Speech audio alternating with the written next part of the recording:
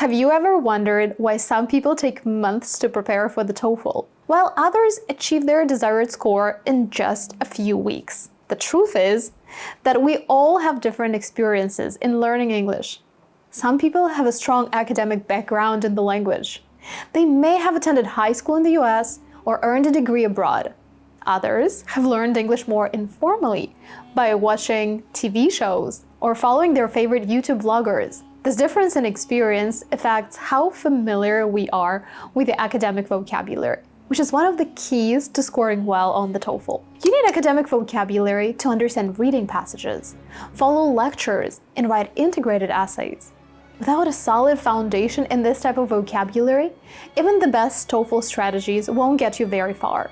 The good news? Once you've covered the most common topics, your ability to understand lectures and reading passages will improve dramatically. Combine that with the right strategies and some practice, and you're well on your way to getting the score you need. That's why I focus so much on vocabulary videos here on this channel. You may feel overwhelmed by the number of words we cover in these videos, but trust me, the list of essential words isn't as long as it seems, and learning them is absolutely worth it. I always teach these kind of words to my one-on-one students, and the progress they make is incredible. So today, we're going to dive into 50 most common history terms that will help you better understand history-related topics on the TOEFL. Without further ado, let's get started. To make learning history words easier, I've divided the words into categories.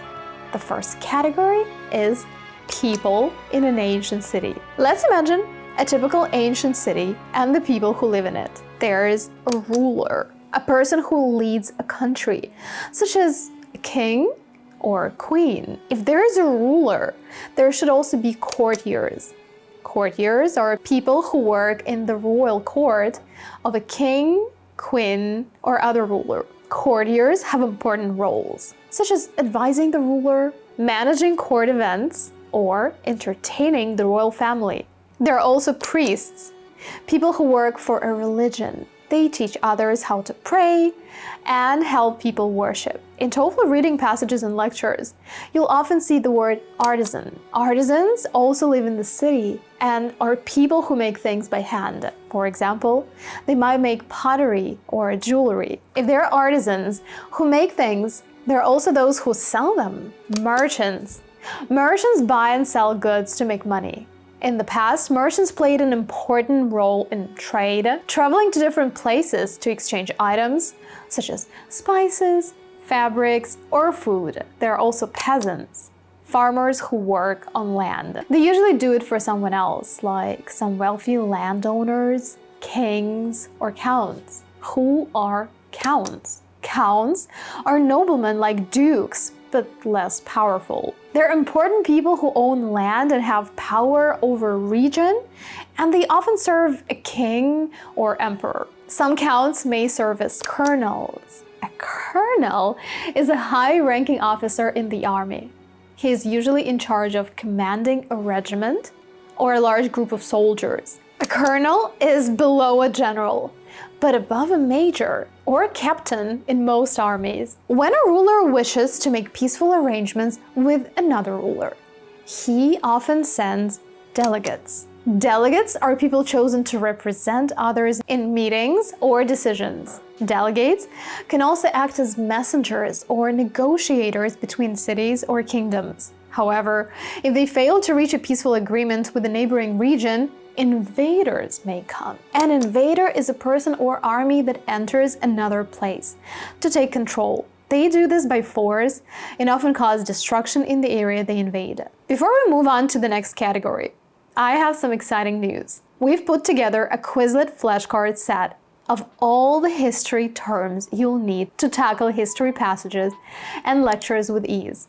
This set includes all the words we'll cover in this video and more. The great thing about Quizlet is that it helps you learn a lot of words quickly, keeps everything organized in one place, and makes reviewing super easy. Just to be clear, this is not a sponsored link. I use Quizlet myself, and many of my students use it to learn up to 100 words a day. So feel free to get the set by clicking the link down below. We offer even more sets like this as part of our TOEFL course. These sets cover all the academic topics you need to know and help you save time.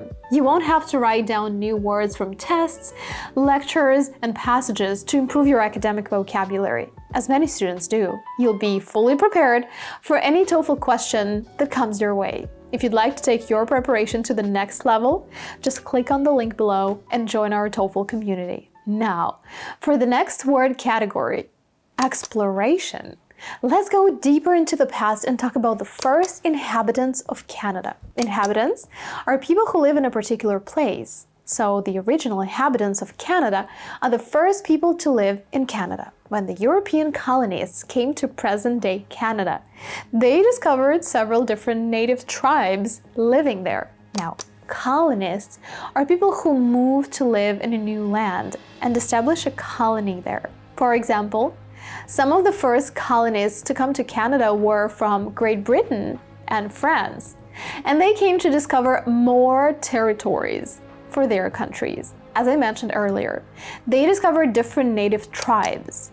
Tribes are groups of people who live together and share customs and beliefs. Some of the tribes the colonists found were hunters and farmers. They got their food by hunting and farming. Others were hunter-gatherers. Hunter-gatherers are people who get their food by hunting animals and gathering plants. And some tribes were nomadic. These are people who do not have a permanent home, but move from place to place in search of food, water, and shelter. For example, nomadic tribes that lived in Canada followed bison herds. This means that they got their food by hunting bison. Herds, by the way, are groups of animals of the same species that live and travel together, such as cows or sheep. Going back to the colonists, their purpose was to explore new lands and build settlements, and their home countries often supported them with money and resources. Settlements are places where people build homes and live.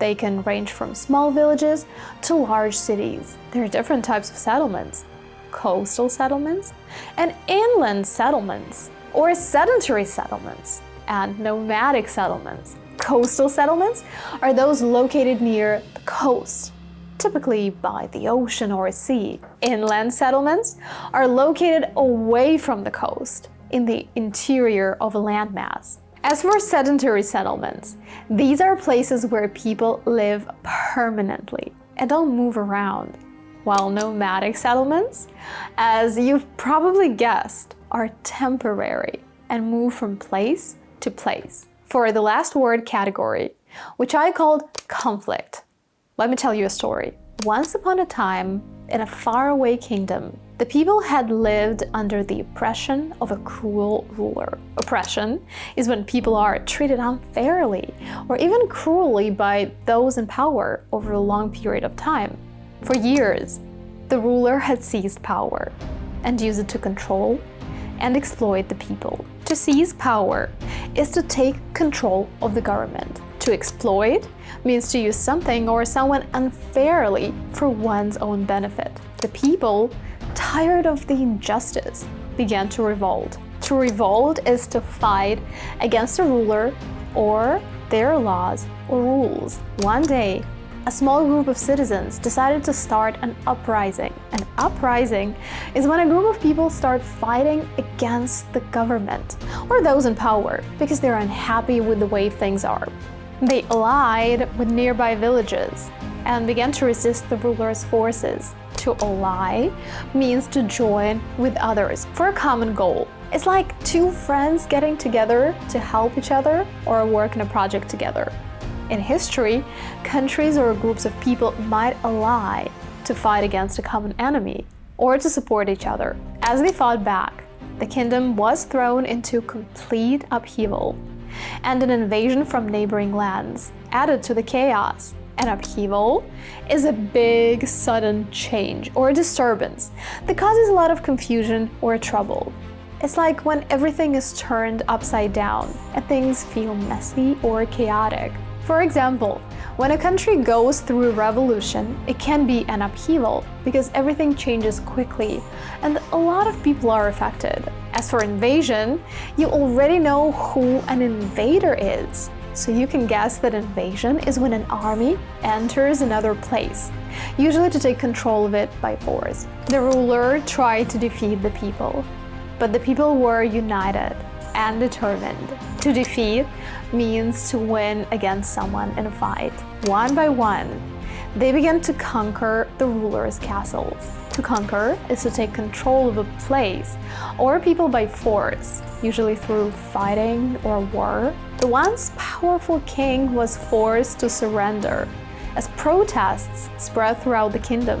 To surrender is to stop fighting and give up. In the end, the people restored peace by abolishing the old regime and putting an end to the ruler's reign. To restore means to bring something back to the way it was before. To abolish is to get rid of something, like a law. A reign is the period of time when a king, queen, or ruler is in power. So the people brought back peace, got rid of the old regime, and ended the period of time when the ruler was in power. A new government was formed, one that promised freedom and equality for all. The kingdom was rebuilt, and the people lived happily, knowing that they had fought for their rights and won. The end. To wrap up, learning the right vocabulary for the TOEFL can make a big difference. By focusing on the most important terms, like the ones we covered today, you'll improve your score for reading, listening, writing, and even speaking sections. If you found this video helpful, don't forget to like, subscribe, and hit the bell icon for more TOEFL tips and tricks. And remember, scoring 100+ on the TOEFL isn't rocket science. It's the little things you do that make all the difference. As always, I wish you all a stellar TOEFL score. See you next time.